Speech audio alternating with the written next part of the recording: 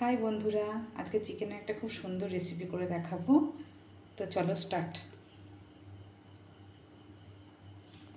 প্রথমে সাদা তেল দিলাম, তারপরে দেবো পেঁয়াজ এবং গোটা গরম মশলা ফোড়ন দেবো, তারপরে পেঁয়াজ দেবো। গোটা গরম মশলা ফোড়ন দিলাম। এবার এর মধ্যে পেঁয়াজটা বাদামি করে ভেজে নেব, তারপরে স্টেপটা তারপর অনুযায়ী চলবে। পেঁয়াজটা ভাজা হয়ে গেছে। এবার এর মধ্যে আমি একটু বাটার দিলাম, বাটারটা একটু গালিয়ে নেব। এবার আমি এর মধ্যে 1 চামচ আদা, 1.5 চামচ রসুন বাটা, 1.5 চামচ রসুন বাটা দিলাম, 1 চামচ ধনে গুঁড়ো, 1 চামচ জিরে গুঁড়ো, আন্দাজ মতো নুন। আমি চিকেনটা আগে সেদ্ধ করে নিয়েছিলাম একটুখানি নুন দিয়ে, তাই আন্দাজ মতো দিলাম, আন্দাজ মতো হলুদ। আমি এবার এই মশলাটাকে ভালোভাবে কষিয়ে নেব।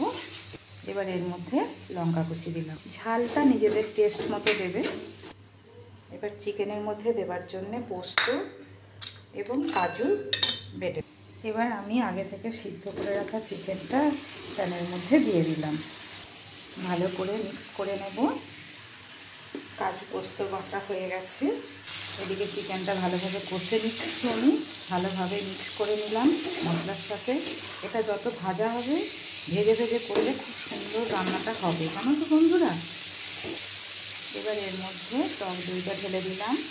এর মধ্যে আমি কোনো রকম টমেটো কুচি বা টমেটো পেস্ট কিছু ইউজ করব না। আমি এটা ভালো করে এটা কষিয়ে নিই। দেখো বন্ধুরা, কি সুন্দর কষা হচ্ছে আর খুব সুন্দর সেন্ট হয়েছে। আমি বাড়িতে একবার করেছিলাম, খুব ভালো হয়েছিল। রুটি, পরোটা বা পোলাও সব কিছুর সাথেই খাওয়া যাবে। তো খুব ভালো হয়েছিল খেতে, সেই কারণের জন্য আমি তোমাদের সাথে এটা শেয়ার করছি। এবার আমি এর মধ্যে সেই কাজু আর পোস্ত বাটাটা ঢেলে দিলাম, ওটা দিয়ে একটু কষিয়ে নেব।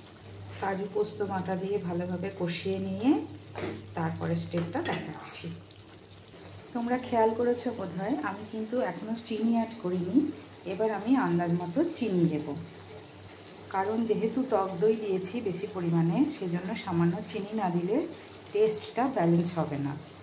এবার আমি এর মধ্যে আন্দাজ মতো মরিচ গুঁড়ো দিলাম, ভালো করে নেড়ে নিতে হবে। মরিচ গুঁড়ো দিয়ে ভালোভাবে কষিয়ে নিতে হবে, মিক্স করে নিতে হবে এটার মধ্যে।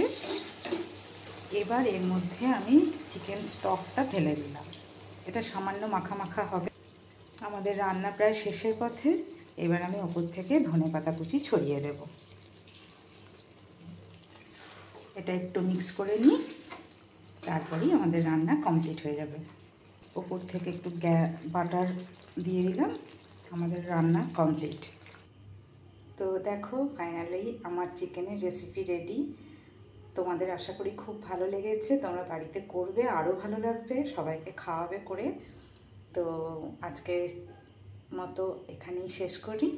তোমরা বাড়িতে করে অবশ্যই দেখবে। আমি আশা করছি খুব ভালো লাগবে চিকেনের রেসিপিটা। পরোটা, রুটি, পোলাও সব কিছুর সাথেই খুব ভালো লাগবে। তো আজকের মতো চলি। আমার ভিডিও যদি ভালো লেগে থাকে তাহলে প্লিজ সাবস্ক্রাইব করে দেবেন চ্যানেলটা, এবং একটা লাইক এবং একটা কমেন্ট করে দেবেন।